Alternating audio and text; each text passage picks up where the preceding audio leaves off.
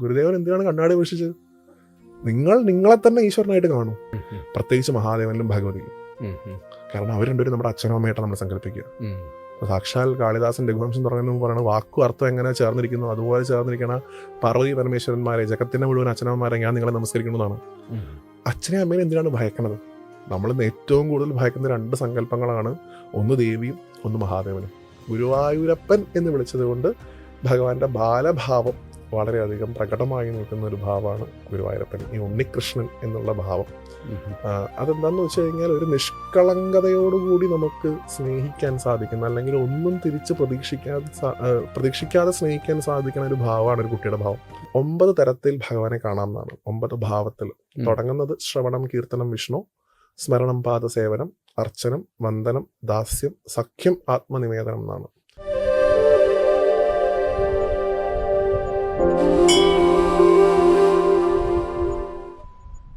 അപ്പോൾ അങ്ങയുടെ നിരവധി വീഡിയോകൾ ഞാൻ കണ്ടതിൽ ഗുരുവായൂരപ്പനെ കുറിച്ച് വലിയ രീതിയിൽ സംസാരിക്കുന്ന കേട്ടിട്ടുണ്ട്. അപ്പോൾ അതിൻ്റെ ഒരു കൗതുകത്തിൽ ചോദിക്കുകയാണ്. നമ്മൾ പല സങ്കല്പത്തിൽ ഗുരുവായൂരപ്പനെ കാണുന്നു എന്ന് പറഞ്ഞു. ചിലർ പിതാവിനെ പോലെ കാണുന്നു, ചിലർ കാമുകൻ്റെ രൂപത്തിൽ കാണുന്നു, ചിലർ സ്വന്തം മകൻ്റെ രൂപത്തിൽ കാണുന്നു. വാസ്തവത്തിൽ ഏത് രൂപത്തിൽ പ്രാർത്ഥിച്ചാലാണ് ഗുരുവായൂരപ്പനെ ഏറ്റവും എളുപ്പം നമുക്ക് അനുഭവവേദ്യമാവുക? അങ്ങനെ കൃത്യമായിട്ടൊരു രൂപം ഭഗവാന് കൊടുക്കേണ്ടതില്ല എന്നാണ് എൻ്റെ അഭിപ്രായം.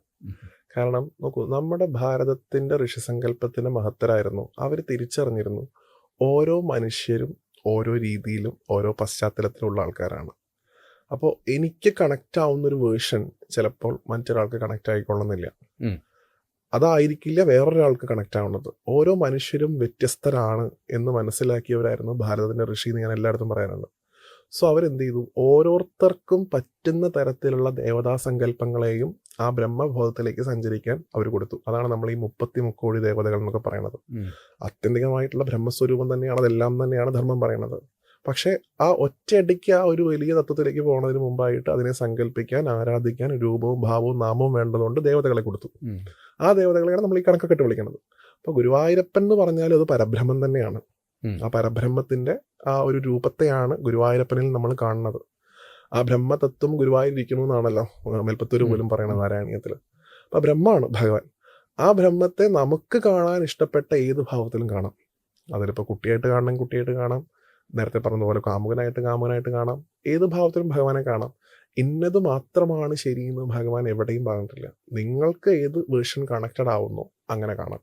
ഇപ്പൊ നോക്കൂ, ഇപ്പൊ നമ്മൾ പ്രഹ്ലാദന്റെ നവധാഭക്തിയെ കുറിച്ച് പറയാറുണ്ട് ഭാഗവത്തിൽ.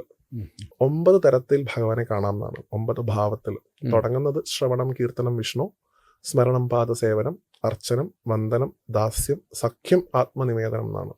അപ്പൊ തുടങ്ങുന്നത് എപ്പോഴും ഭഗവാനെ കുറിച്ച് കേട്ടിട്ടാണ്, ശ്രവണത്തിലൂടെയാണ്. പിന്നെ ഭഗവാനെ കീർത്തിക്കുക, സ്മരിക്കുക, ഭഗവാന്റെ പാദസേവനം ചെയ്യുക. ഇങ്ങനെ പോയി കഴിഞ്ഞാൽ നമുക്ക് ചില പൊസിഷൻസ് കിട്ടും. അപ്പൊ അതിലൊന്നാണ് ഇപ്പൊ ഈ പറഞ്ഞ ദാസ്യം. നമ്മൾ ഭഗവാനെ നമ്മുടെ ഒരു ഉടയോനായിട്ട് കാണുന്നു, നമ്മൾ ഭഗവാന്റെ ദാസനാണെന്നുള്ള സങ്കല്പത്തിൽ ഭഗവാനെ സേവിക്കുന്നു. പിന്നെ നമുക്ക് ഭഗവാനെ നമ്മുടെ കൂട്ടുകാരനായിട്ട് കാണാം, സഖ്യം. അപ്പൊ നമ്മുടെ ഒരു സുഹൃത്താണ് ഭഗവാൻ എന്നുള്ള ഭാവത്തിലേക്ക് വന്നു. ഇനി കുറച്ചുകൂടെ അപ്പുറത്തേക്ക് പോയാൽ ഞാനും ഭഗവാനും തമ്മിൽ ഭേദഭാവം ഇല്ല, ഞാൻ തന്നെയാണ് ഭഗവാൻ. അതാണ് ആത്മനിവേദനം എന്നുള്ള ഭാവം. ഞാനും ഈശ്വരൻ ഒന്നാണെന്നുള്ള സങ്കല്പം, അല്ലെങ്കിൽ ഞാൻ ഈശ്വരൻ്റെതാണ്, എന്നെ തന്നെ ഞാൻ നേദിക്കുന്നു എന്നുള്ള സങ്കല്പം. അപ്പോൾ ഇതിലൂടെ ഒക്കെ നമുക്ക് സഞ്ചരിക്കാനുള്ള സ്വാതന്ത്ര്യം ഈ ധർമ്മം തരുന്നുണ്ട്. ഏതെങ്കിലും ഒന്ന് മാത്രമാണ് മഹത്തരം എന്ന് പറഞ്ഞിട്ടില്ല. ശ്രവണം മാത്രമാണ് മഹത്തരം, ബാക്കിയൊക്കെ മോശം, അങ്ങനെയില്ല. ദാസ്യം മാത്രമാണ് നല്ലത്, ബാക്കിയെല്ലാം മോശം, അങ്ങനെയില്ല. അപ്പം അതുകൊണ്ട് ഈ ഭാവങ്ങളിൽ നമ്മൾ കാണുമ്പോഴും ഏതെങ്കിലും ഒന്ന് മാത്രമാണ് ശരി എന്നുള്ള കോണ്ടെക്സ്റ്റും ശരിയല്ല. ഓരോരുത്തർക്കും കണക്റ്റഡ് ആവണതെന്തോ അത് കണക്ട് ചെയ്തോളാം. ഇപ്പോൾ കുറൂരമ്മയ്ക്ക് ഭഗവാനെ മകനായിട്ട് കാണാനായിരുന്നു താല്പര്യം, അങ്ങനെ ആവാം. ഇപ്പൊ മഞ്ജുള എന്ന് പറയുന്ന ഒരു വാരസ്യാർക്ക് ഭഗവാൻ എന്ന് പറഞ്ഞാൽ ഏറ്റവും അടുത്ത ഒരാളായിരുന്നു, അങ്ങനെ കാണാൻ താല്പര്യം. ദിവസവും മാല കെട്ടി കൊടുത്തിരുന്നു, അങ്ങനെ ആവാം. പൂന്താനത്തിന് ഉണ്ണിയായിരുന്നു, അങ്ങനെ ആവാം. ഓരോരുത്തർക്കും ഓരോ ഭാവത്തിൽ. അപ്പൊ നമ്മളിപ്പോ ഈവൻ ഞങ്ങളൊക്കെ പെട്ടെന്ന് കണക്ട് ചെയ്യാൻ വേണ്ടി ഇപ്പൊ ബാലാമണിക്ക് ഒരു സുഹൃത്ത് ഭാവം അങ്ങനെ വേണമെങ്കിൽ പറയാം. നമുക്ക് എന്തും സംസാരിക്കുന്ന സിനിമയിൽ നോക്കൂ, അതൊക്കെ കണക്ട് ചെയ്യിക്കാൻ വേണ്ടിയിട്ടാണ്. ഇപ്പൊ എല്ലാം പറയുന്ന, എന്ത് ജീവിതത്തിൽ ഉണ്ടായാലും ഓടിച്ചെന്ന് പറയുന്ന ഒരു സുഹൃത്ത്, അങ്ങനെ കണ്ടു. അപ്പൊ ഇതിൽ ഏതാണ് മഹത്തരം എന്ന് വെച്ച് കഴിഞ്ഞാൽ എല്ലാം മഹത്തരാണ്. നമ്മളുടെ പേഴ്സണാലിറ്റിക്ക് അനുസരിച്ച്, നമ്മളുടെ കർമ്മഫലങ്ങൾക്കനുസരിച്ച്, നമ്മുടെ മുൻകാല പാരമ്പര്യത്തിനനുസരിച്ച്, ഈ ജന്മത്തിൽ മാത്രമല്ല പല ജന്മത്തിൽ നമ്മൾ ഭഗവാനെ ആരാധിച്ചിട്ടുണ്ടാവും. അതേതൊക്കെ ഭാവത്തിൽ നമുക്കറിയില്ല. ചിലപ്പോൾ ഈ ജന്മത്തിൽ നമ്മൾ ഭഗവാനെ സുഹൃത്തായിട്ട് കാണുന്നത് കഴിഞ്ഞ ജന്മത്തിന്റെ ഒരു തുടർച്ചയായിരിക്കാം. ഇതെല്ലാം കൂടി ചേർന്ന് നമുക്ക് ഏതിൽ കണക്ട് ചെയ്യാൻ സാധിക്കുന്നു അതിൽ കണക്ട് ആവുക. അതിൽ ഇന്ന ഭാവം മാത്രം എന്നുള്ളത് പൊതുവിൽ അങ്ങനെ പറയുന്നത് ശരിയല്ല എന്നാണ് എൻ്റെ അഭിപ്രായം. പക്ഷേ ഇന്ന് കേരളത്തിൽ ഒരു വലിയ വിഭാഗം ജനങ്ങൾ, പ്രത്യേകിച്ച് ഇപ്പോൾ ഗുരുവായൂരപ്പൻ എന്നുള്ളൊരു പേരെടുത്തത് കൊണ്ട് മാത്രമാണ് ഞാൻ പറയണത്. വിഷ്ണു എന്നോ കൃഷ്ണൻ എന്നോ ഞാൻ പറഞ്ഞിട്ടില്ല. ഗുരുവായൂരപ്പൻ എന്ന് വിളിച്ചത് കൊണ്ട് ഭഗവാന്റെ ബാലഭാവം വളരെയധികം പ്രകടമായി നിൽക്കുന്ന ഒരു ഭാവമാണ് ഗുരുവായൂരപ്പൻ, ഈ ഉണ്ണികൃഷ്ണൻ എന്നുള്ള ഭാവം. അതെന്താന്ന് വെച്ച് കഴിഞ്ഞാൽ ഒരു നിഷ്കളങ്കതയോടുകൂടി നമുക്ക് സ്നേഹിക്കാൻ സാധിക്കുന്ന, അല്ലെങ്കിൽ ഒന്നും തിരിച്ച് പ്രതീക്ഷിക്കാതെ സ്നേഹിക്കാൻ സാധിക്കുന്ന ഒരു ഭാവമാണ് ഒരു കുട്ടിയുടെ ഭാവം. നമ്മളൊരു കുട്ടിക്ക് ചോറ് കൊടുക്കണത്, ഞാൻ എപ്പോഴും പറയാനുള്ള പോലെ, ഇവൻ 25 കൊല്ലം കഴിഞ്ഞിട്ട് വലുതായിട്ട് ഇവൻ കരിമണി മാല വാങ്ങി തരും, അങ്ങനെയല്ലല്ലോ. ആ കുട്ടിയെന്ന് വെച്ച് കഴിഞ്ഞാൽ നിർവ്യാജ നമ്മൾ സ്നേഹിക്കണേ. അങ്ങനെ സ്നേഹിക്കാൻ പറ്റുന്ന ഒരു ഭാവമാണ് ഈ ബാലഭാവം. അത് വലിയ രീതിയിൽ ഗുരുവായൂരപ്പൻ എന്ന് വിളിക്കപ്പെടുന്ന മൂർത്തിയിലുണ്ട് എന്ന് പൊതുവിൽ പറയാറുണ്ട്. പക്ഷേ ഞാൻ പറഞ്ഞ പോലെ ഇന്ന ഭാവം മാത്രമാണ് ശരി എന്നുള്ള കോണ്ടെക്സ്റ്റിന് ഒരു തരത്തിലുള്ള സ്ഥാനമില്ല. എങ്ങനെ വേണമെങ്കിലും കാണാം. ഈവൻ നിങ്ങൾക്ക് വേണമെങ്കിൽ ഭഗവാനെ ശത്രുവായിട്ടും കാണാം. അതിനുള്ള സ്വാതന്ത്ര്യം ഈ ധർമ്മത്തിലുണ്ട്. പക്ഷെ അതിലൂടെ സ്മരണ ഉണ്ടാവുകയും നിങ്ങൾക്ക് വൈരത്തിലൂടെ, അങ്ങനെ ഒരു ഭക്തി തന്നെ ഉണ്ട്, വിദ്വേഷ ഭക്തി എന്ന് വിളിക്കുകയാണ് ചെയ്യുക. ഭഗവാനെ ശത്രുവായിട്ട് കാണും, എന്നിട്ട് ഏത് സമയവും ഭഗവാനെ കുറിച്ച് ആലോചിച്ചുകൊണ്ടിരിക്കുക. അപ്പോൾ ഏത് സമയവും ആലോചന ഉണ്ടായി, കണക്റ്റഡ് ആയി എന്നുള്ളതേ ഭഗവാൻ നോക്കുന്നുള്ളൂ. ഇപ്പൊ ശിശുപാലന് കംസനൊക്കെ ഉണ്ടായിരുന്നത് ഒരു തരത്തിൽ ആ ഭക്തിയായിരുന്നു. വിദ്വേഷം ഉണ്ടായപ്പോൾ എന്ത് ചെയ്തെന്ന് വെച്ചാൽ ബാക്കി ചിന്തകളൊക്കെ മാറി ഏത് സമയവും ഇയാളെക്കുറിച്ച് മാത്രം ചിന്തിക്കാൻ തുടങ്ങി. ഇപ്പൊ കംസനാണെങ്കിൽ അന്തകൻ എന്ന് വരും മാത്രം ചിന്തയായിരുന്നു. ശിശുപാലനും അങ്ങനെ തന്നെയായിരുന്നു, എപ്പോൾ ഇയാളെ തോൽപ്പിക്കാൻ പറ്റും എന്നുള്ള ചിന്ത. ജരാസന്ധന. പക്ഷെ ഇവർക്കൊക്കെ എന്താണെന്ന് വെച്ച് കഴിഞ്ഞാൽ ഭഗവാനുമായിട്ട് കണക്റ്റഡ് ആവാനുള്ള റേറ്റിൽ വ്യത്യാസം ഉണ്ടായിരുന്നു. ഇപ്പൊ ജരാസന്ധൻ എന്ന് പറയുന്ന രാജാവ് ഭഗവാനെ ആക്രമിച്ചതിന് കണക്കില്ല. ദ്വാരകയും മധുരയാണ് കൂടുതലായിട്ട് ആക്രമിച്ചത്. അപ്പോഴാണ് ഭഗവാൻ ദ്വാരക ഉണ്ടാക്കുന്നത്. അപ്പോൾ അദ്ദേഹത്തിന് മോക്ഷം ഭഗവാൻ കൊടുത്തില്ല, ഭീമനെ കൊണ്ട് കൊല്ലിക്കുക ചെയ്തു. നേരെ മറിച്ച് ശിശുപാലന് ഭഗവാൻ തന്നെ ചക്രം കൊണ്ട് രാജസൂയ സമയത്ത് മോക്ഷം കൊടുക്കുകയും ചെയ്തു. അപ്പോൾ വൈരത്തിലൂടെ ഉണ്ടാവേണ്ടത് സ്മരണയാണ്. ഇപ്പൊ ശിശുപാലനാണെങ്കിലും കംസനാണെങ്കിലും ദുഷ്ടബുദ്ധിയോടുകൂടി ഭഗവാനെ സ്മരിച്ചെങ്കിലും അതിൽ സ്മരണ ഉണ്ടാവുകയും കണക്റ്റഡ് ആവുകയും ചെയ്തു. ജരാസന്ധൻ പറയുമ്പോൾ ഭഗവാൻ അതിനേക്കാൾ ആക്രമിച്ചിട്ടുണ്ട്, പക്ഷെ എന്തുണ്ടായിരുന്നില്ല, സ്മരണ ഉണ്ടായിരുന്നില്ല. അതുകൊണ്ട് അദ്ദേഹത്തിന് മോക്ഷം കിട്ടിയില്ല, ഭീമനാണ് വധിക്കുന്നത്. അപ്പൊ അതുകൊണ്ട് ഞാൻ പറഞ്ഞല്ലോ, ഏത് മെന്റാലിറ്റി എന്നുള്ളത് രണ്ടാമതാണ്, എന്ത് ഭാവം എന്നുള്ളത് രണ്ടാമതാണ്, മെന്റാലിറ്റിക്കാണ് പ്രാധാന്യം. സദാസമയം ആ സ്മരണ ഉണ്ടെന്നുണ്ടെങ്കിൽ ഏത് ഭാവവും ഉത്തമമാണ്. ഈവൻ നിങ്ങൾക്ക് നിങ്ങളുടെ ഭർത്താവായിട്ട് ഭഗവാനെ കാണുമ്പോൾ നമ്മുടെ മനസ്സിൽ എന്തെങ്കിലും കാമചിന്ത ഉണ്ടെങ്കിൽ അതുപോലും ഭഗവാൻ പ്യൂരിഫൈ നന്നാക്കും. ഭഗവാനിലേക്ക് തിരിഞ്ഞു കഴിഞ്ഞാൽ വികാരത്തിന് പേരിടാൻ പറ്റില്ല നമുക്ക്. അത് ദ്വേഷമാണെങ്കിലും കാമാണെങ്കിലും പിന്നെ അതൊക്കെ ഭക്തി എന്നുള്ളൊരൊറ്റ കോണ്ടെക്സ്റ്റിലേക്ക് അങ്ങനെ മാറും. അതാണ് ഭഗവാന്റെ ഒരു പ്രത്യേകത എന്നാണ് പൊതുവിൽ പറയാറുള്ളത്. അതുകൊണ്ട് ഭാവത്തിലുപരി മനസ്സിൽ ഏത് ഭാവത്തിൽ ഭഗവാനെ കാണുന്നു എന്നുള്ളത് നമ്മുടെ താല്പര്യത്തിനനുസരിച്ച് ചിന്തിച്ച് എങ്ങനെ ഭഗവാനെ കാണണം എന്നുള്ളതിനെ കുറിച്ച് ചിന്തിക്കുക എന്നാണ് പൊതുവിൽ പറയാറുള്ളത്. ഇപ്പോൾ എൻ്റെ ഒരു അറിവ് വെച്ച് ഉള്ള പറയുകയാണെങ്കിൽ തെറ്റുണ്ടെങ്കിൽ തിരുത്താം. ഇപ്പോൾ ഒരു പ്രതിഷ്ഠ നടത്തുമ്പോൾ ഈ പ്രാണപ്രതിഷ്ഠ എന്നാണല്ലോ പറയാറ്. അതായത് പ്രതിഷ്ഠിക്കുന്ന ആൾ ആരാണോ പ്രാണൻ പകുത്ത് നൽകി ആ ചൈതന്യം അവിടെ പകരുന്നു എന്നാണ്. പക്ഷെ നമ്മൾ ഒരു ക്ഷേത്രത്തിൽ പോകുമ്പോൾ നമ്മുടെ മുമ്പിൽ അല്ലെങ്കിൽ മനസ്സിൽ തെളിയുന്ന ഒരു രൂപം ഉണ്ടാവില്ല. ഭൂരിഭാഗവും ആ വിഗ്രഹമോ ആ പ്രതിഷ്ഠയോ ആയിരിക്കില്ല. കണ്ടു പരിചയിച്ച ചില രൂപങ്ങൾ, ചില ചിത്രങ്ങൾ. ഇപ്പോൾ ഉദാഹരണം പറയാം, ശ്രീകൃഷ്ണനെ കുറിച്ച് ചിന്തിക്കുമ്പോൾ ആദ്യം മനസ്സിൽ തെളിയുന്നത് നിതീഷ് ഭരദ്വാജിൻ്റെ രൂപമാണ്. അപ്പോൾ ഇത് എത്രത്തോളം പ്രശ്നമാണ്? കാര്യം നമ്മൾ കണ്ടു പരിചയിച്ച ചിത്രങ്ങളും ദൃശ്യങ്ങളുമാണോ യഥാർത്ഥ രൂപം? ഒരു നേതമായ രൂപം ഭഗവാൻ ഉണ്ടോ? അല്ലെങ്കിൽ ആ ഒരു ചൈതന്യം ഏതിനെയാണ് നമ്മൾ ആദ്യം കണ്ട് ആശ്രയിക്കേണ്ടത് അല്ലെങ്കിൽ ആരാധിക്കേണ്ടത്? രൂപം എന്ന് പറയുന്നത് എപ്പോഴും ടെമ്പററിയാണ്.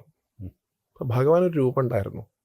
മയിൽപ്പീലി ധരിച്ച് സ്വർണ്ണക്കിരീടം വെച്ച് ഈ കണ്ട ആഭരണങ്ങളൊക്കെ അണിഞ്ഞ് പീതാംബരം അണിഞ്ഞ് ഓടക്കോല പിടിച്ച് ആ രൂപം ഇന്ന് നമുക്ക് വിഗ്രഹത്തിലേ കാണാൻ പറ്റുള്ളൂ. അങ്ങനെ ഉണ്ടായിരുന്ന ഭഗവാന്റെ ശരീരം, ഭഗവാൻ 126 വർഷം ഈ ഭൂമിയിൽ ജീവിച്ചതിന് ശേഷം ആ ശരീരത്തെ, ആ രൂപത്തെ ഭഗവാൻ ഉപേക്ഷിച്ചു. ശ്രീരാമസ്വാമി ഇതേപോലെ ഭഗവാൻ ഒരു രൂപം ഉണ്ടായിരുന്നു. കോദണ്ഡം എന്ന് പറയുന്ന വില്ല് ധരിച്ച് അമ്പ് ധരിച്ച് അയോധ്യാവതിയായിട്ടുള്ള ഭഗവാന്റെ രൂപം ഇന്നുണ്ടോ എന്ന് ചോദിച്ചു കഴിഞ്ഞാൽ രൂപമായിട്ട് നമുക്കില്ല, വിഗ്രഹമായിട്ടാണ് ഭഗവാനുള്ളത്. അപ്പൊ രൂപത്തിലും അപ്പുറത്തേക്ക് സഞ്ചരിക്കുക എപ്പോഴും. പക്ഷേ നമ്മുടെ ആരാധനാക്രമത്തിൽ നമുക്ക് ആരാധിക്കാൻ ഒരു രൂപം ആവശ്യമാണ്, ഒരു റെഫറൻസ് മനുഷ്യന് എല്ലാ കാര്യത്തിനും ആവശ്യമാണ്. അതുകൊണ്ടാണ് ആ ചൈതന്യത്തെ സ്വാംശീകരിച്ചിട്ടുള്ള രൂപത്തെ നമ്മൾ വിഗ്രഹം എന്ന് വിളിക്കുന്നത്. അതിന്റെ പേര് തന്നെ വിഗ്രഹം എന്നായത് വിശേഷേണ ഗ്രഹിക്കേണ്ടത് ആയതുകൊണ്ട് വിഗ്രഹം എന്നാണ്. എന്ന് വെച്ചാൽ അത് കാണുമ്പോൾ ആത്യന്തികമായിട്ട് ഇപ്പൊ ചതുർബാഹു വിഗ്രഹമോ അല്ലെങ്കിൽ മഹാദേവന്റെ ശിവലിംഗോ ദേവിയുടെ വിഗ്രഹമോ കാണുന്ന സമയത്ത് നമുക്ക് ഉണ്ടാവേണ്ട ഭാവം അതിനകത്തിരിക്കുന്ന ചൈതന്യം തന്നെയാണ് എൻ്റെ ഉള്ളിലുള്ളത് എന്നുള്ള തന്മയി ഭാവമാണ് നമുക്ക് വരേണ്ടത്. അതാണ് ഈ 41 ദിവസത്തെ സിലബസ് കൊണ്ട് സ്വാമി പോലും പഠിപ്പിക്കുന്നത്. നീ കയറി വരുന്ന സമയത്ത് എന്ത് തേടി വരുന്നോ അത് നിന്നിൽ തന്നെ ഉണ്ട് എന്ന് പഠിപ്പിക്കുന്ന ആ മഹത്തായിട്ടുള്ള ഉപനിഷത്ത് വാക്യം, അത് പെട്ടെന്ന് നമുക്ക് കണക്ട് ചെയ്യാൻ സാധിക്കില്ല അതിലേക്ക്. അത് വലിയൊരു അറിവാണ്. അപ്പം അതിലേക്ക് പടിയായിട്ട് ഇപ്പം നേരത്തെ പറഞ്ഞ 18 പടി ഉണ്ടെങ്കിൽ ആ 18 പടിയിലൂടെ ആ പാതയിലേക്ക് നമുക്ക് എത്താൻ സാധിക്കുള്ളൂ. അപ്പോൾ ആരാധന എന്ന് പറയുന്ന കാര്യം നമ്മൾ നടത്താനായിട്ട് നമുക്കൊരു രൂപം വേണം, ഒരു നാമം വേണം. അതിനു വേണ്ടിയിട്ടാണ് ഭാരതത്തിൻ്റെ ഋഷി ഈ പറയണ ഏകമാത്ര സ്രോതസ്സായിട്ടുള്ള ബ്രഹ്മത്തെ നമുക്ക് ആരാധിക്കാൻ പറ്റുന്ന ദേവതാഭാവങ്ങളാക്കിയിട്ട് മാറ്റിയത്. നോക്കൂ, നമ്മൾ ഏത് ക്ഷേത്രത്തിന് നമ്മൾ ആ ക്ഷേത്രത്തിലെ മൂർത്തിക്ക് ഒരു ചൈതന്യം വരുത്തുന്ന പ്രോസസ്സിനെ ഇപ്പം നേരത്തെ പറഞ്ഞ പോലെ പ്രാണപ്രതിഷ്ഠ എന്ന് പറയുന്നതിൻ്റെ കൂടെ പറയണ ഒന്നാണ് ഈ ബ്രഹ്മകലശാഭിഷേകം എന്നാ പറയുന്നത് ചെയ്യുക. ആ ബ്രഹ്മകലശമാണ് അഭിഷേകം ചെയ്യണതാണ് ഏറ്റവും വിശേഷം. അപ്പോഴാണ് ആ ചൈതന്യം അതിലേക്ക് അങ്ങോട്ട് വരുന്നത്. ഈ പ്രാണപ്രതിഷ്ഠയിൽ ഈ പറഞ്ഞ പോലെ ശ്വാസത്തിലൂടെ അവിടുത്തെ ആചാര്യൻ അദ്ദേഹത്തിൻ്റെ ആ പ്രാണപ്രതിഷ്ഠയിലൂടെ ദേവതയ്ക്ക് ചൈതന്യം കൊടുക്കുന്ന രീതിയുണ്ട്. അപ്പം ഇതൊക്കെ ഈ തന്ത്രവുമായിട്ട് ബന്ധപ്പെട്ട് അതിലൊക്കെ നോക്കൂ, ഈ ബ്രഹ്മശബ്ദം നമുക്ക് എല്ലായിടത്തും കാണാൻ സാധിക്കും. ബ്രഹ്മകലശമാണ് ഏറ്റവും പ്രാധാന്യമുള്ള കലശം. അപ്പം അതിന് ഏത് ദേവതയാണെങ്കിലും അതിന് ബ്രഹ്മകലശം തന്നെ വിളിക്കുക. ഇപ്പോൾ ശിവൻ്റെ അമ്പലത്തിലാണെങ്കിലും ബ്രഹ്മകലശമാണ്, വിഷ്ണുവിൻ്റെ അമ്പലത്തിലാണെങ്കിലും ബ്രഹ്മകലശമാണ്, ദേവിയുടെ അമ്പലത്തിലാണെങ്കിലും ബ്രഹ്മകലശമാണ്. കാരണം ഇതിലൊക്കെ അടങ്ങിയുള്ള ചൈതന്യം എന്ന് പറഞ്ഞാൽ ബ്രഹ്മമാണ്. അപ്പം അതുകൊണ്ട് ഈ പറയുന്ന രൂപത്തിനും അപ്പുറത്തേക്ക് സഞ്ചരിക്കുന്നതിന് മുമ്പായി ഒരു രൂപത്തെ മുറുകെ പിടിക്കണം ആദ്യം. ഒരു സകാര ആരാധനയാണ് ആദ്യം നമുക്ക് കണക്റ്റഡ് ആവുക. അല്ലെങ്കിൽ നമ്മൾ അത്രയും വലിയ പാരമ്പര്യമുള്ള ആൾക്കാരൊക്കെ ആയിരിക്കണം. നമ്മുടെ സാധാരണക്കാരെ സംബന്ധിച്ചിടത്തോളം ഇപ്പം നോക്കൂ, മധുരം എന്ന് പറയുമ്പോൾ നമുക്ക് കണക്റ്റഡ് ആവാൻ ബുദ്ധിമുട്ടാണ്. ഇപ്പം നമുക്ക് ലഡു എന്ന് പറയുമ്പോഴോ ജിലേബി എന്ന് പറയുമ്പോഴോ നമുക്ക് സങ്കല്പിക്കാൻ ഒരു രൂപമുണ്ട്, ഒരു നിറമുണ്ട്, അതിനുള്ള ടേസ്റ്റ് ഉണ്ട്, മണമുണ്ട്. അപ്പോൾ അതിലേക്ക് പെട്ടെന്ന് കണക്ട് ചെയ്യാൻ പറ്റും. അതിൽ നിന്ന് മധുരം എന്താണെന്ന് നമുക്ക് മനസ്സിലാക്കാൻ സാധിക്കും. അതുപോലെയാണ് വിഗ്രഹങ്ങൾ. അതുകൊണ്ട് രൂപം എന്നുള്ളത് ഓരോരുത്തർക്കും ഓരോന്നാണ്. ഇപ്പം ഞാൻ കാണുന്ന മനസ്സിൽ കാണുന്ന ഗുരുവായൂരപ്പനെ ആയിരിക്കില്ല വേറൊരാൾ കാണുന്നുണ്ടാവുക, അതായിരിക്കില്ല വേറൊരാൾ കാണുന്നുണ്ടാവുക. ഓരോരുത്തർക്കും അവരവരുടേതായിട്ടുള്ള രൂപസങ്കല്പങ്ങൾ ഉണ്ടാവും.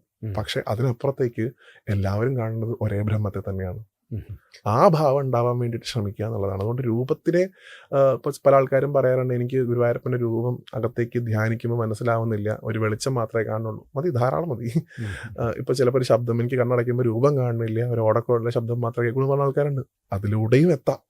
രൂപം കാണുന്നില്ല എന്ന് പറഞ്ഞിട്ടുള്ള ഒരിക്കലും ഒരു കോൺടാക്സ് നമ്മൾ എടുക്കേണ്ട ആവശ്യമില്ല. അപ്പം നമുക്ക് ഒരു അന്ധനായിട്ടുള്ള ആളെ സംബന്ധിച്ചിടത്തോളം അദ്ദേഹത്തിന് എന്ത് ചതുർഭാവം, അദ്ദേഹത്തിന് എന്ത് ശിവലിംഗം, അദ്ദേഹത്തിന് എന്ത് ദേവവിഗ്രഹം, പക്ഷെ അദ്ദേഹത്തിനും ബ്രഹ്മത്തിലേക്ക് എത്താൻ സാധിക്കും. കാരണം ആ രൂപത്തിനപ്പുറത്താണ് ബ്രഹ്മം. അതിലേക്കുള്ള പാതയാണ് നേരത്തെ പറഞ്ഞതുപോലെ നാമജപത്തിലും ശ്രവണത്തിലും കീർത്തനത്തിലൊക്കെ തുടങ്ങി നേരത്തെ പറഞ്ഞു ആത്മനിവേദനത്തിൽ എത്തിച്ചേരേണ്ടതാണ്. ഈ രൂപത്തെക്കുറിച്ച് പറഞ്ഞപ്പോൾ നമ്മൾ ഈ രുദ്ര പ്രതിഷ്ഠ, ക്ഷമിക്കണം, ഈ ദേവി പ്രതിഷ്ഠ, ഭദ്രകാളി പ്രതിഷ്ഠ, അത് പെട്ടെന്ന് കാണുമ്പോൾ ഒരു ഭക്തിയേക്കാൾ ഉപരി ഭയമാണ് മനസ്സിൽ ജനിപ്പിക്കുക. അപ്പോൾ അത് എത്രത്തോളം കാര്യം, ഇപ്പം എനിക്ക് ഒരു ചെറിയ മോളുണ്ട്, 8 വയസ്സേ ഉള്ളൂ. അവർ ദേവിയമ്മ എന്നാണ് വിളിക്കുന്നത്. ഈ ഭദ്രകാളി ഭയങ്കര ഇഷ്ടമുള്ള ഒരാളാണ്. പക്ഷെ നമ്മൾ ഈ കണ്ടു പരിചയിച്ച ഈ രൂപങ്ങൾ വാസ്തവത്തിൽ നമ്മളെ വല്ല രീതിയിൽ തെറ്റിദ്ധരിപ്പിക്കുന്നുണ്ട്. കാര്യം നമ്മുടെ ഉള്ളിൽ ജനിക്കേണ്ട യഥാർത്ഥ വികാരമായിരിക്കില്ല നമ്മുടെ മനസ്സിൽ പതിഞ്ഞ രൂപം ജനിപ്പിക്കുക. നോക്കൂ, അത് ഈ രൂപത്തിൽ മാത്രം എപ്പോഴും നിൽക്കുമ്പോഴാണ് ഈ പ്രശ്നം വരുന്നത്. അത് പലപ്പോഴും നമുക്ക് ഉണ്ടാവുകയും ചെയ്യും. അത് രൂപം പോലും ഭഗവാന്റെ മായ എന്ന് പറയുക. അതിൽ മാത്രം നിന്ന് കഴിഞ്ഞാൽ പ്രശ്നമാണ്. ഇപ്പം നോക്കൂ, ഭഗവാൻ ഈ വൃന്ദാവനത്തിൽ നിന്ന് മധുരയ്ക്ക് പോകുമ്പോൾ ഭഗവാന്റെ രൂപമാണ് അവിടെ നിന്ന് പോകുന്നുള്ളൂ. ഭഗവാൻ എന്ന് പറഞ്ഞ ചൈതന്യം അവിടെ തന്നെ ഉണ്ട് എന്ന് വിശ്വസിക്കുകയാണെങ്കിൽ വിഷമത്തിന്റെ ആവശ്യമില്ല. ഈ രൂപത്തെ പിരിയുമ്പോഴാണ് പ്രശ്നം. ഉദ്ധവൻ അവസാന കാലത്ത് ഭഗവാന്റെ ഈ ഉപദേശങ്ങൾക്ക് ശേഷം ഉദ്ധവനെ ഭഗവാൻ പറഞ്ഞു വിടുന്നത് പോലും പലപ്പോഴും ഉദ്ധവൻ പോലും എനിക്ക് തോന്നുന്നു അത്രയും ബ്രഹ്മജ്ഞാനായിട്ടുള്ള ആളാണ് ഉദ്ധവൻ എന്ന് പറയുന്നത്. പക്ഷെ ആ ഉദ്ധവന് പോലും ഒരു കടുകുമണി വലുപ്പത്തിലെങ്കിലും ഭഗവാന്റെ രൂപത്തോട് കണക്ഷൻ ഉണ്ടായിരുന്നു. ആ രൂപമാണ് പോകുന്നത് എന്നുള്ളൊരു ഭയം ഉദ്ധവന് ചിലപ്പോൾ ഉണ്ടായിട്ടുണ്ടെന്ന് എനിക്ക് തോന്നിയിട്ടുണ്ട് ഭാഗവതം വായിക്കുന്ന സമയത്ത്. കാരണം സദാസമയം അദ്ദേഹം ഭഗവാന്റെ കൂടെ തന്നെ സഞ്ചരിക്കുകയായിരുന്നു. ഏത് സമയം ഭഗവാന്റെ കൂടെയുള്ള ആളാണ്. അപ്പോൾ ഈ രൂപത്തിൽ മാത്രം കാണുമ്പോൾ ഭഗവാൻ എല്ലാവരോടും പറയുന്ന കാര്യമാണ്, നിങ്ങൾ എന്നെ രൂപത്തിൽ മാത്രം കാണല്ലേ. ഭഗവാൻ ജനിക്കുന്നതിന് മുമ്പായിട്ട്, ഇപ്പോൾ കൃഷ്ണന്റെ സങ്കല്പമാണ് ഞാൻ പറയുന്നത്, ദേവിയിലേക്ക് നമുക്ക് വരാം. കൃഷ്ണൻ ഈ കാരാഗ്രഹത്തിൽ വസുദേവർക്കും ദേവകിക്കും പുത്രനായിട്ട് ജനിക്കുന്നതിന് മുമ്പ് ഭഗവാൻ തൻ്റെ അച്ഛനമ്മമാർക്ക് കൊടുക്കുന്ന ഉപദേശമുണ്ട്. അത് നിങ്ങൾ എന്നെ പുത്രഭാവത്തിൽ കണ്ടാലും നിങ്ങൾ എന്നെ ബ്രഹ്മഭാവത്തിൽ വിചിന്തനം ചെയ്യണം എന്നാണ് ഭഗവാൻ പറയണത്. കുട്ടി ആവണതിന് മുമ്പ്, ദേവകിയുടെ ഗർഭത്തിലേക്ക് ഭഗവാൻ പ്രവേശിക്കുന്നതിന് മുമ്പ് സ്വന്തം അച്ഛനമ്മയ്ക്കും കൊടുത്ത ഉപദേശമാണ്. പറയുമ്പോൾ ഞാൻ നിങ്ങളുടെ മകൻ തന്നെയാണ്, തെറ്റില്ല, അങ്ങനെ കണ്ടോളൂ. പക്ഷെ ഞാൻ നിങ്ങളുടെ മകൻ മാത്രമല്ല, ഞാൻ പരബ്രഹ്മമാണ് എന്ന് പറഞ്ഞിട്ടാണ് ഭഗവാൻ അവതരിക്കുന്നത്. ആ ചിന്ത നമ്മൾ എവിടെയോ വെച്ചിട്ട് പലപ്പോഴും നമുക്ക് ലാപ്സായി പോകുന്നുണ്ട്. ഭഗവാൻ എന്ന് പറഞ്ഞാൽ ബ്രഹ്മമാണ് എന്നുള്ളൊരു സങ്കല്പം. നമ്മളെപ്പോഴും കൃഷ്ണൻ എന്ന് പറഞ്ഞു കഴിഞ്ഞാൽ ഈ ഓടക്കോഴ് വായിക്കുന്ന അല്ലെങ്കിൽ വെണ്ണ കഴിക്കുന്ന അങ്ങനെ ഒരു സങ്കല്പത്തിൽ മാത്രം ലൈഫ് ലോങ് നമ്മൾ ഭഗവാനെ കാണുകയാണെങ്കിൽ തെറ്റാണെന്നല്ല ഞാൻ പറയണത്. പക്ഷെ ഭഗവാൻ എക്സ്പെക്ട് ചെയ്യുന്നത് അതിൽ നിന്ന് നിങ്ങൾ മുകളിലേക്ക് കയറി വരും എന്നുള്ളതാണ്. അപ്പം അതുകൊണ്ട് ഭദ്രകാളി ഭഗവതിയുടെയൊക്കെ കാര്യത്തിലേക്ക് നമ്മൾ വരുമ്പോൾ ഈ ഭയം എന്ന് പറയുന്ന വികാരത്തെ ഇല്ലാണ്ടാക്കാണ്ട് ആധ്യാത്മികതയിൽ നമുക്കൊന്നും ചെയ്യാൻ സാധിക്കില്ല. ഭയം എപ്പോഴാണ് ഉണ്ടാവണത്? നമ്മളിൽ നിന്ന് വേറിട്ടൊരു വസ്തു ഉണ്ട് എന്ന് തോന്നുമ്പോഴാണ് നമുക്ക് ഭയം ഉണ്ടാവുക പലപ്പോഴും. അപ്പോൾ നോക്കൂ, നമ്മളൊരു ഒറ്റയ്ക്കൊരു മുറിയിൽ കിടക്കുന്ന സമയത്ത് എന്തോ അനങ്ങിക്കഴിഞ്ഞാൽ നമുക്ക് തോന്നുകയാണ് നമ്മളല്ലാത്ത എന്തോ ഈ മുറിയിലുണ്ട് എന്നൊരു ചിന്ത വരികയും അതിൽ നിന്ന് എന്തുണ്ടാവുകയും ചെയ്യുന്നു? ഭയം ഉണ്ടാവുകയും ചെയ്യുന്നു. അപ്പോൾ ഭഗവതി പോലും പറഞ്ഞാൽ നിങ്ങൾ എന്നെ ഭയക്കാതിരിക്കുക. നോക്കൂ, ഭഗവതി എപ്പോഴും കയ്യിൽ പിടിക്കുന്ന മുദ്രയുടെ പേര് തന്നെ അഭയം എന്നാണ്. ഭയക്കേണ്ട ആവശ്യമേ ഇല്ല എന്നാണ്. ഭദ്ര എന്നുള്ള സങ്കല്പത്തിന് തന്നെ ഭയത്തെ ദ്രവിപ്പിക്കുന്നവൾ എന്നുള്ള വേർഷൻ ഞാൻ കേട്ടിട്ടുണ്ട്. ഭയം ഇല്ലാതാക്കുന്നവൾ, ഭദ്രത പ്രദാനം ചെയ്യുന്നവൾ എന്നാണ് അതിൻ്റെ പേര് തന്നെ. എന്ന് വെച്ചാൽ എന്തെങ്കിലും തരത്തിലുള്ള പ്രയാസങ്ങൾ ഉണ്ടെങ്കിൽ അത് മാറ്റി ഭദ്രത കൊടുക്കുന്നവൾ ആരോ അവളാണ് ഭദ്രകാളി. അങ്ങനെ ഒരാളെ തന്നെ നമ്മൾ ഭയക്കാന്ന് പറഞ്ഞു കഴിഞ്ഞാൽ അത് വളരെ വിരോധാഭാസമല്ലേ? അപ്പോൾ ഭയത്തിലുപരിയായിട്ട് നോക്കൂ, നമ്മൾ വിളിക്കുന്നത് അമ്മയെന്നാണ്. അമ്മ എന്തിനാണ് ഭയക്കേണ്ട ആവശ്യം? നമ്മൾ പഠിപ്പിച്ചു വെക്കുന്ന കുറേ കഥകളിലൂടെ കുറേ പശ്ചാത്തലത്തിലൂടെ നമ്മൾ ഉണ്ടാക്കി കൊടുക്കുന്ന ഒരു ഇമേജ് ഒരു കുട്ടിയുടെ മനസ്സിലേക്ക് നമ്മൾ കൊടുക്കുന്ന സമയത്ത് ആ കുട്ടിയിൽ ഒരിക്കലും ആധ്യാത്മികതയിൽ നമ്മുടെ ഒരു ദേവതാ സങ്കല്പങ്ങളെ സംബന്ധിച്ചിടത്തോളം ഭയം ഉണ്ടാവാൻ പാടില്ല എന്നാണ് എൻ്റെ വിഷയം. പ്രത്യേകിച്ച് മഹാദേവനിലും ഭഗവതിയിലും. കാരണം അവർ രണ്ടുപേരും നമ്മുടെ അച്ഛനും അമ്മയായിട്ട് നമ്മൾ സങ്കല്പിക്കുക. അപ്പോൾ സാക്ഷാൽ കാളിദാസൻ രഘുവംശം തുടങ്ങുന്ന പറയുന്നത് വാക്കും അർത്ഥം എങ്ങനെ ചേർന്നിരിക്കുന്നു അതുപോലെ ചേർന്നിരിക്കണ പാർവതി പരമേശ്വരന്മാരെ, ജഗത്തിന്റെ മുഴുവൻ അച്ഛനമ്മമാരെ ഞാൻ നിങ്ങളെ നമസ്കരിക്കുന്നതാണ്. അച്ഛനെ അമ്മേനെ എന്തിനാണ് ഭയക്കണത്? നമ്മളിന്ന് ഏറ്റവും കൂടുതൽ ഭയക്കുന്ന രണ്ട് സങ്കല്പങ്ങളാണ്, ഒന്ന് ദേവിയും ഒന്ന് മഹാദേവനും. കാരണം ഭഗവാൻ തന്നെ സംഹാരത്തിൻ്റെ മൂർത്തിയാണെന്നൊരു കോണ്ടെക്സ്റ്റ് കൊടുത്ത്, ഭഗവാൻ ക്ഷിപ്രകോപിയാണെന്നൊരു കോണ്ടെക്സ്റ്റ് കൊടുത്ത്, ഒന്ന് പറഞ്ഞ് രണ്ടാമത്തേന് ഭഗവാൻ കണ്ണ് തുറക്കും എന്നുള്ളൊരു കോണ്ടെക്സ്റ്റ് കൊടുത്ത് നമ്മൾ നമ്മുടെ അച്ഛനെ നമ്മളിൽ നിന്ന് അകറ്റുകയാണെന്നാണ് എൻ്റെ പക്ഷം. അങ്ങനെ ചെയ്യരുത്. ഭഗവാൻ എന്ന് പറഞ്ഞു കഴിഞ്ഞാൽ നമ്മുടെ രക്ഷാകർത്തൃ സ്ഥാനത്തുള്ള ആളാണ്. ഉറപ്പായിട്ടും അദ്ദേഹത്തിന് ശിക്ഷിക്കാനുള്ള അവകാശമുണ്ട്. അച്ഛൻ്റെ ഉത്തരവാദിത്തമാണ് മക്കൾ വഴി വഴച്ച് പോണ സമയത്ത് മക്കളെ അടിക്കുക എന്നുള്ളത്. അത് ഭഗവാൻ ചെയ്യട്ടെ. പക്ഷെ ഭഗവാൻ നശിപ്പിക്കില്ല എന്നുള്ള സങ്കല്പം ഉണ്ടാവുക. കാരണം നശിപ്പിക്കാൻ നമ്മൾ ഭഗവാനിൽ നിന്ന് വേറിട്ടൊന്നല്ല, നമ്മളും ഭഗവാനും ഒന്നാണ്. ആ സങ്കല്പം ഉണ്ടെങ്കിൽ നമ്മൾ ആരെയാണ് ഭയക്കേണ്ടത്? ഭഗവാന്റെ വലിയ പോട്ടെ, ദേവിയുടെ ഭക്തരെ എടുത്തു നോക്കൂ. ദേവിയുടെ ഭക്തരൊക്കെ ദേവിയെ ഭയക്കാത്ത ആൾക്കാരായിരുന്നു. ഏറ്റവും നമ്മളിരിക്കുന്ന കേരളത്തിലായതുകൊണ്ട് ഞാൻ ആദ്യത്തെ പേരായിട്ട് പറയുന്ന നാരായണ പേര്. ദേവി ഈ ചൊടലഭദ്രകാളി ഭാവത്തിൽ മുമ്പിൽ വന്ന് പ്രത്യക്ഷപ്പെട്ടപ്പോഴും വളരെ സില്ലി ആയിട്ടാണ് നാരായണ ദേവി എടുത്തത്. അവസാനം ചോദിച്ചാൽ എൻ്റെ ഈ കാലിലെ വന്ന് ഈ കാലിലേക്ക് ആക്കി തരാൻ പറ്റും. കാരണം ഭയം എന്നുള്ള ചിന്ത ഇല്ല. കാരണം എന്തിനാ ഭയക്കണത്? ഈ നിൽക്കണ ഞാൻ തന്നെയാണ് ഈ രൂപത്തിൽ ഇങ്ങനെ നിൽക്കണമെന്ന് ചിന്തിച്ചാൽ പോരെ. ഇപ്പൊ നരസിംഹാവതാരം കഥ പറയുമ്പോൾ പറയാറുണ്ട്, പ്രഹ്ലാദൻ എന്ന് പറഞ്ഞൊരു കുട്ടിയാണ് നരസിംഹത്തെ ശാന്താക്കുക. ബ്രഹ്മാദി ദേവൾക്ക് പോലും സാധിച്ചില്ല എന്നാണ്. ലക്ഷ്മി പോലും വന്നിട്ട് ഭയന്ന് മാറി എന്ന് പറയും. സ്വന്തം ഭർത്താവാണ് അവിടെ ഇരിക്കണത്. ആ ഭർത്താവിനെ കണ്ടിട്ട് ഇതെൻ്റെ ഭർത്താവ് തന്നെയാണോ എന്നൊരു ചിന്ത. കാരണം സദാസമയവും ചിരിച്ചുകൊണ്ട് ഏറ്റവും നല്ല പ്ലസന്റ് ആയിരിക്കുന്ന ഒരു ഭഗവാനാണ് ഈ മലമൂത്രം ഉൾപ്പെടെയുള്ള കൊടലൊക്കെ ഇങ്ങനെ വലിച്ചു പറിച്ചിട്ട് കിടക്കുന്നത്. ചിന്തിക്കാൻ പറ്റുന്നില്ല അങ്ങനെ ഒരാളെ പെട്ടെന്ന് അക്സെപ്റ്റ് ചെയ്യാൻ പറ്റുന്നില്ല. പക്ഷെ പ്രഹ്ലാദ് പറഞ്ഞ ആൾക്കൊരു കുഴപ്പമുണ്ടെന്നില്ല. പ്രഹ്ലാദ് കയറിപ്പോയിട്ട് ഭഗവാന്റെ മോടെ ഇരിക്കണു, ഭഗവാന്റെ കൂടെ ഇരിക്കണു. അപ്പോൾ ഭഗവാൻ ചോദിക്കത്രേ പ്രഹ്ലാദനോട്, പ്രഹ്ലാദ നിനക്ക് എന്നെ കണ്ടിട്ട് ഭയം തോന്നുന്നില്ലേ? എൻ്റെ രൂപം കണ്ടിട്ട് ഭയം എന്താ തോന്നാത്തെ? അപ്പോൾ പ്രഹ്ലാദൻ പറയുന്നുണ്ട്, ഭഗവാനെ അങ്ങാകുന്ന ഈ സിംഹം തന്നെയാണ് എൻ്റെ ഉള്ളിൽ ഇരിക്കണത്, പിന്നെ ഞാൻ എന്തിനാ ഭയക്കണതെന്നാണ്. തന്മയി ഭാവമാണ്. ഞാനല്ലാത്തതായിട്ട് എന്തെങ്കിലും ഉണ്ട് എന്നുള്ള ചിന്ത നമ്മൾ മാറ്റുക എന്നുള്ളത് ആദ്യം ചെയ്യേണ്ടത്. അപ്പോൾ നോക്കൂ, ഇപ്പോൾ ഈ പറഞ്ഞതുപോലെ എന്താ അവസാനിപ്പിക്കുകയാണ് ഈ ക്വസ്റ്റ്യൻ. അതായത് ഭദ്രകാളി ക്ഷേത്രങ്ങളിൽ പലപ്പോഴും ഈ പറയുന്ന വിഗ്രഹ രൂപത്തിലുള്ള അമ്മയുടെ 8 കൈകളോടോ 16 കൈകളോടോ ഇന്ദ്രംഷ്ടയുള്ള നാക്ക് പുറത്തേക്കിട്ട വാളും ചൂലൊക്കെ പിടിച്ചു നിൽക്കുന്ന പ്രതിഷ്ഠ ഉണ്ടായിക്കോട്ടെ. പക്ഷെ അതേപോലെ അമ്മയെ വാമാചാരത്തിൽ ആരാധിക്കുന്ന ഒരു പ്രതിഷ്ഠാ സങ്കല്പമാണ് കണ്ണാടി പ്രതിഷ്ഠ എന്ന് പറയും. വാൽക്കണ്ണാടി ഭാവത്തിൽ ദേവി ആരാധിക്കും. ഞാൻ അതിനെ ഇന്റർപ്രറ്റ് ചെയ്യാറില്ല. എന്താ കണ്ണാടിയിൽ നമ്മൾ കാണുക? നമ്മളെ തന്നെയാണ് നമ്മൾ കണ്ണാടിയിൽ കാണുക. എന്തിനായിരിക്കും ആചാര്യന്മാര് കണ്ണാടി എന്ന് പറഞ്ഞൊരു ടെംപ്ലേറ്റ് പിടിച്ചിട്ടുണ്ടാവുക? കാരണം നിങ്ങൾ എന്ത് നോക്കുന്നു, നിങ്ങളെ കാണാനുള്ളൊരു ടെംപ്ലേറ്റ് ആണ് അവിടെ ഇരിക്കുന്നത്. അപ്പൊ നമ്മൾ എന്തിനാണ് ഭയക്കുന്നത്? ഇപ്പൊ ഗുരുദേവൻ എന്തിനാണ് കണ്ണാടി വീക്ഷിച്ചത്? നിങ്ങളെ തന്നെ ഈശ്വരനായിട്ട് കാണൂ. നിങ്ങളിൽ തന്നെയുള്ള ഈശാംശമാണ് ഈ വിഗ്രഹത്തിലുള്ളത് മനസ്സിലാക്കൂ.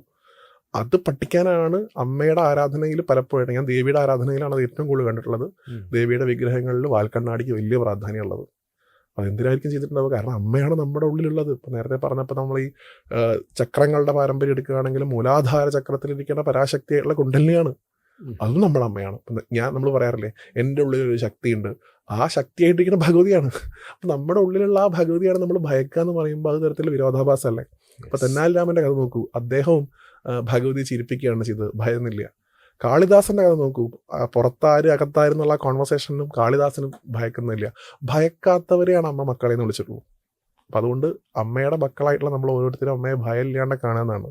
ഞാൻ പലപ്പോഴും പ്രഭാഷണ വേദികളിലൊക്കെ പറയാറുള്ളൊരു കാര്യമാണ്. നമ്മളിപ്പോൾ ഒരു കുട്ടീനെ വീട്ടിൽ പോയിട്ട് കാണുന്ന സമയത്ത് ആ കുട്ടിയുടെ അമ്മ ആ കുട്ടിയെ എടുക്കാൻ വരുന്ന സമയത്ത് ആ കുട്ടി ഓടി ചെന്ന് അച്ഛൻ്റെ പുറകിലേക്ക് നിന്നിട്ട് എനിക്ക് അമ്മയെ ഭയമാണ് എന്ന് ഉറക്കെ വിളിച്ച് പറയുമ്പോൾ ആ അമ്മയ്ക്ക് ഉണ്ടാവേണ്ട വികാരം എന്താണ് ശരിക്കും?